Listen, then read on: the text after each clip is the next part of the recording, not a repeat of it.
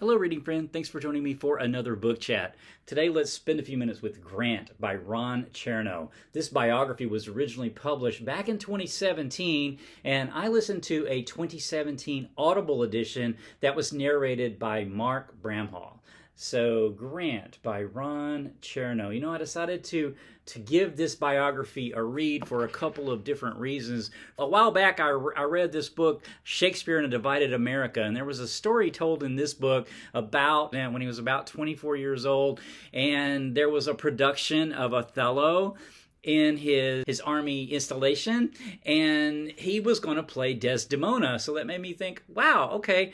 I think of President Grant as the great general of the Civil War, and so I never had thought about maybe picturing him as Desdemona from Othello, and so that really kind of piqued my interest in him as a person. And then a couple of years ago, I think, I don't read a lot of biographies, but a couple of years ago I read a biography of President Hoover, and at that time I had thought, well, maybe I would read another presidential biography at some point. And so when I came across this one, those sort of two interests intersected, and I decided to give this one a read. And I'm really glad I did, because, the thing about reading biographies, I'm not sure why I don't read more biography, because you always get so much from them, not only about the person, but around the era in which they live. And so, this is going to be really hard to describe, because there's so much happening in President Grant's life, or General Grant's lifetime. He was born in 1822 and he died in 1885, and his most active years were right in the middle of the 19th century, during the Civil War era, the 10 or 20 years before it, and then the 10 or 20 years after it. And so that was just a really sort of key period in American history. So that was sort of fascinating. So how I thought I would approach this chat, since I'm not qualified to teach President Grant or General Grant as a, history subject, I thought what I did is I made some notes as I was reading, and I thought what I would do is just kind of go through those. And these are sort of some of the most interesting things that sort of jumped out at me as I was reading that biography. So I talked about his birth and death dates. Couple of things around those two things. When he was born, he weighed 10 3/4 pounds. So he was a big baby, but he was not a big person. He wound up being something like, I think during the Civil War, he was 5'8" and weighed 135. So he was a fairly small man, and I'm going to talk more about that here in a bit. And in 1885, he ended up writing his autobiography, or his memoir, right at the end of his life, actually prompted by Mark Twain, who was the publisher of it, but he finished it just in the nick of time. He finished his memoir a week before he died. And what a treasure that memoir is to American history, really. So I thought that was really interesting. So, Grant was born into this really solidly abolitionist family. They lived, his father originally was from Kentucky, but moved to Ohio. And another sort of interesting thing that jumps out at me about that was he apprenticed with a tannery in Ohio with Owen Brown, who was the father of the really sort of hardline abolitionist John Brown from Harper's Ferry, the Harper's Ferry raid. And Grant's father, Jesse, actually lived there with the Brown family for a while. But I thought that was really interesting. But the Grants were staunch abolitionists from well before the Civil War, and they remained so throughout.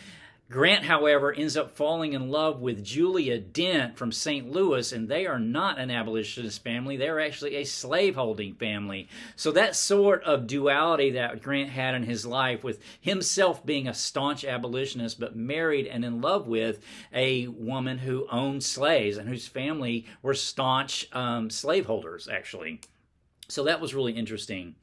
The story of the name U.S. Grant, his actual formal name was Hiram Ulysses Grant, but when he was going away to West Point, the person who was filling out the papers for him either got him confused with his brother Simpson or with his mother's maiden name Simpson, and put his name down as Ulysses, U.S., meaning Ulysses something, either probably Simpson Grant. And so that sort of stuck. He went to West Point as U.S. Grant. The other cadets there at West Point called him Uncle Sam, U.S. Grant, and he just he was kind of a passive person. Was going to be one of my key takeaways from this. His personality was not quite what I was really expecting from the great sort of what I think of as would be a great Civil War general. So I'll talk more about that here in a bit as well. Just some other little sort of tidbits.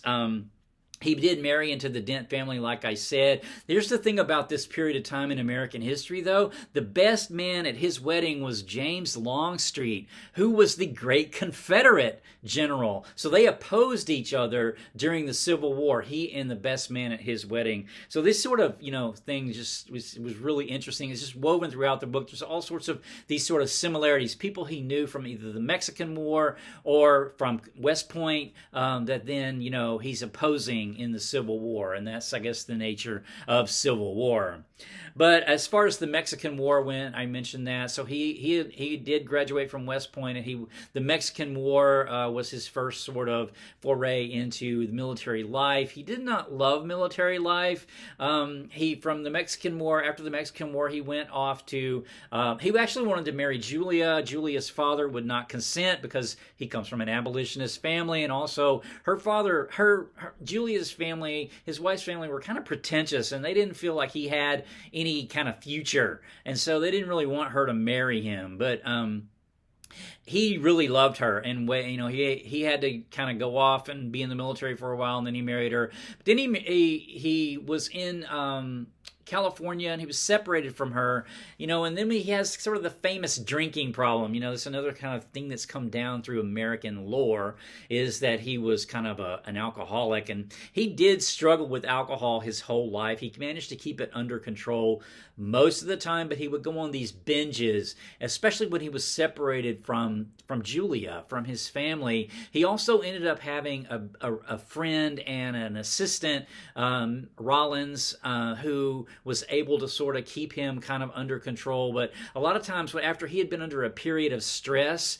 and then he would go maybe traveling somewhere where he would be sort of alone, he would go on a binge. And he did this throughout his early military career. Now, ultimately, he did resign from the military before the Civil War. So he resigned from the military after one of these drinking binges, and then he didn't really have anything to do. He went back to St. Louis with Julia. He tried his hand at sort of farming. They didn't have any money hardly. And he sold wood on the street corners in St. Louis. Ultimately, his father gave him a position at one of his stores in Galena, Illinois. And then when the Civil War started, he volunteered then and re-entered the army, and then ascended in rank. He was in control of the Western Army at first, and this was sort of another key takeaway that I had, was the importance of the Western campaigns. I had never really thought about that, because the main theater of the war, at least in just sort of general American lore, is in the East, like in Virginia, and in Atlanta, the eastern part of the war. But this war in Tennessee and Mississippi, along the Mississippi River in Kentucky, that whole area along the Mississippi River was very important, and he really showed his mettle there as a really expert general.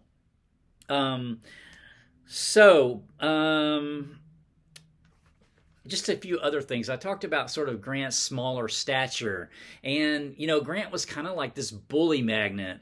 Because he seemed so passive, because he's kind of small and he's very quiet. He takes sort of after his mother. The book describes his mother, who was this very quiet, very emotionally distant person. And he's not necessarily emotionally distant, but he is very quiet. He thinks the best of people. And so he gets taken advantage of a lot, because I don't think this happens throughout his entire life, where I don't think he really ever thought people would be so duplicitous and so greedy, because he wasn't. So he didn't see that in others, and he was always puzzled that it would even happen. And there were several cases where he just really put himself out on the line for someone that he knew, that he was considered his friend, who was nevertheless either cheating him or something, or cheating others, and he just wouldn't see it, because he just couldn't see light. He just didn't see people that way. And I thought that was really interesting.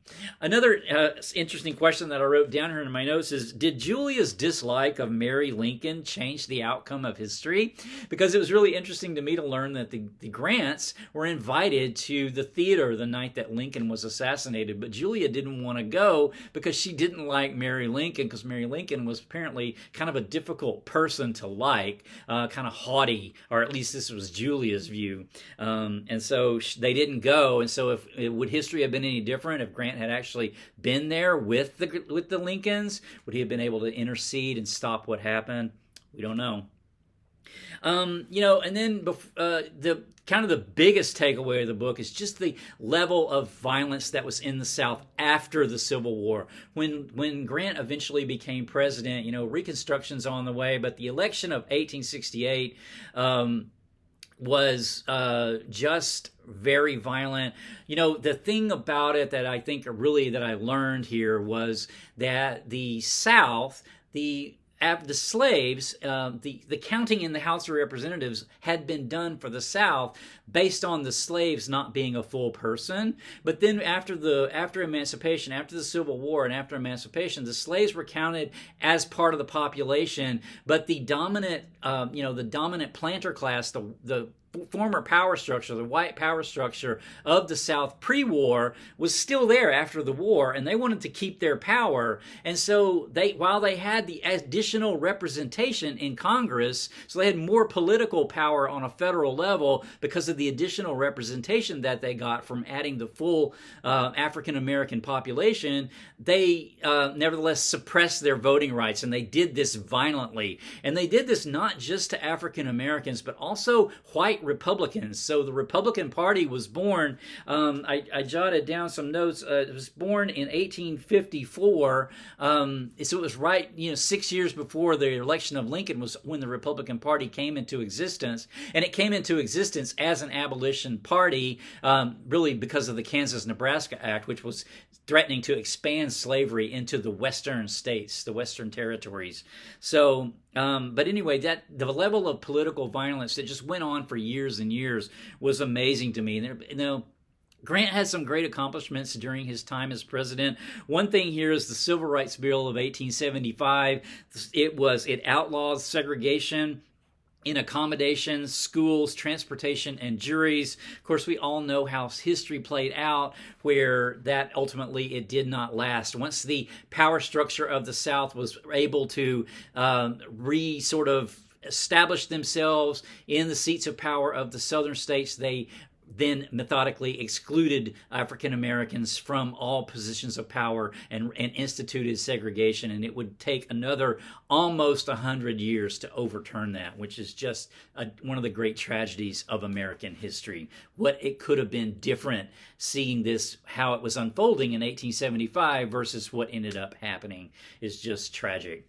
Finally, before I run out of time, I just wanted to highlight the relationship between Grant and Julia, because this is one of the pivotal. This is a true partnership, marriage partnership, throughout their entire lives together. There's a quote here: Julia had strabismus. She was kind of cross-eyed. And so, some people that threw them off talking to her. And so as he's a general, she actually visits a doctor in St. Louis to see if there's something that can't be done to fix her eyes so she wouldn't look so different. And there was an interchange between her and Grant that I thought was really telling about their relationship.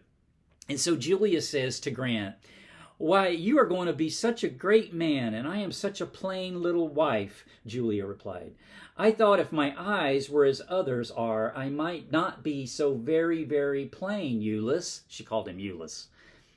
Who knows? Grant's response was piercingly tender. "Did I not see you and fall in love with you with these same eyes? I like them just as they are. And now remember, you are not to interfere with them. They are mine.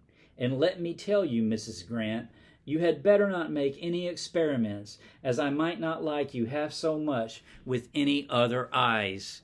So he liked her cross eyes.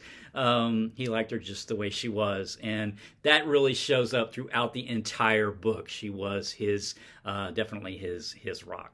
All right, I will leave the chat there. I am out of time. My next chat is going to be Dear Edward by Ann Napolitano. I have already finished this book, so I will have a chat on it coming up fairly soon. Until next time, take care.